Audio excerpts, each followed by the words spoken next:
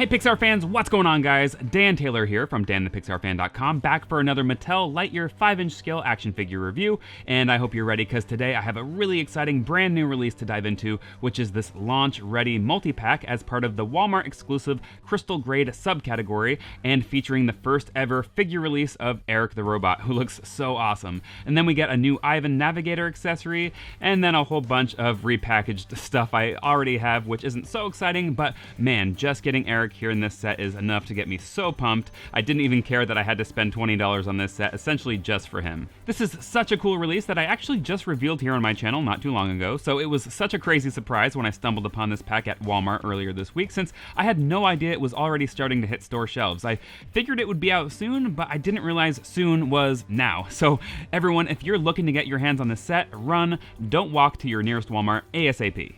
Now the set looks fantastic in package. I love the open style, very reminiscent of the other Lightyear multi-packs I've reviewed though, so nothing really new to mention there.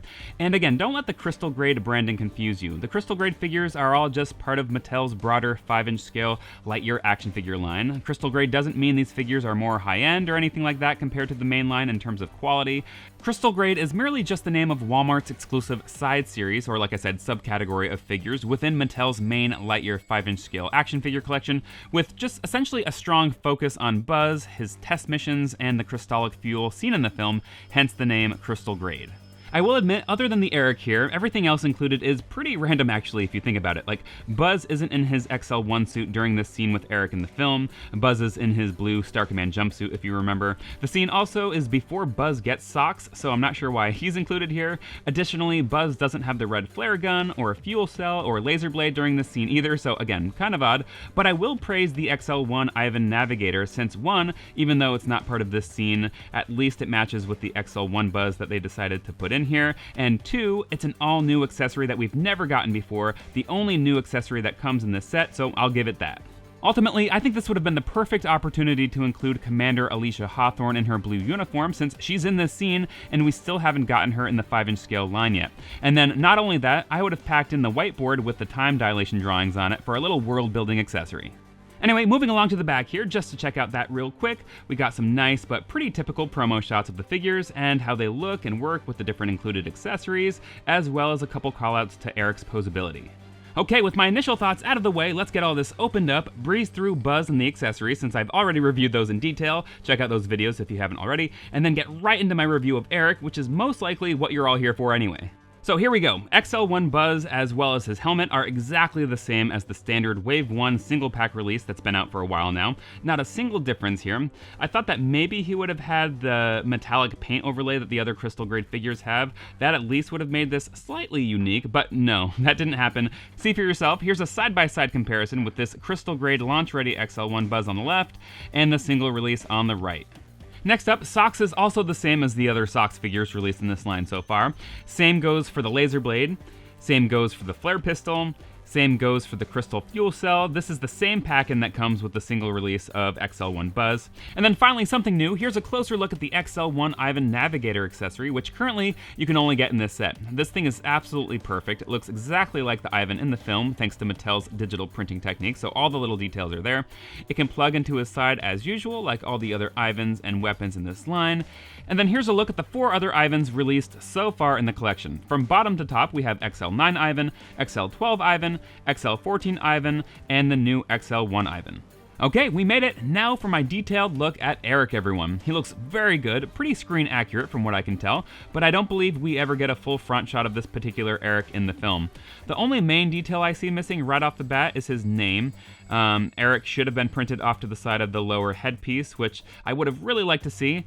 And then perhaps his orange color is a little too vibrant, but I get it. It's a kid's toy, so the brighter color is a little bit more fun. Other than those couple things though, E.R.I.C here looks very spot on. I am surprised that Mattel utilized a couple stickers or decals here, since they haven't been using stickers in this line like at all. They've been going the digital printing route for most details, but yeah, here for this figure, the rocket science graphic as well as this control panel, Mattel went with stickers, which I don't love since they can be peeled off or scraped off over time, especially after a bit of play, but it also doesn't really ruin anything for me either.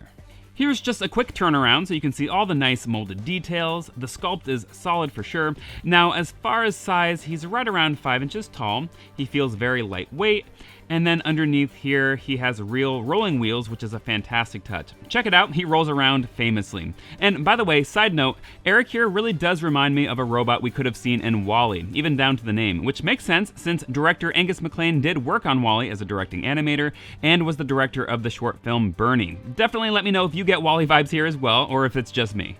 Now, to touch on articulation, he's got a couple points. The base of his head can rotate 360 like so, and then the eye portion of his head can rotate 360 as well, so it's nice to have at least some movement here.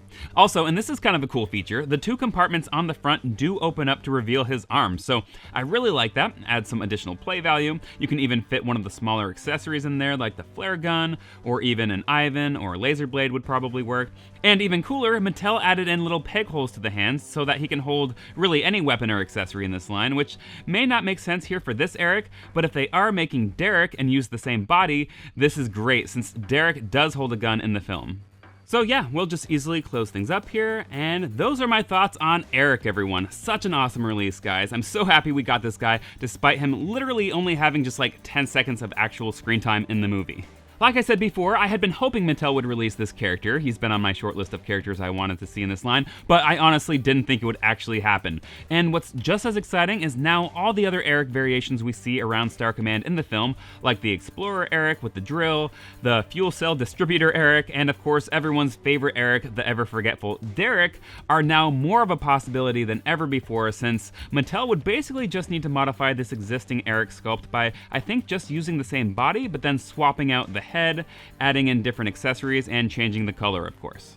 Alright, so there we have it. If you're deep into this line like I am and love the Lightyear characters that are a bit more obscure, this is definitely a must-have, and I absolutely recommend picking this up for your collection. Anyway, thanks so much for joining me here today, everyone, and if you did enjoy today's review, please consider giving this video a big thumbs up and subscribing to my channel for more Pixar toy news and reviews, and I will catch you all in my next video.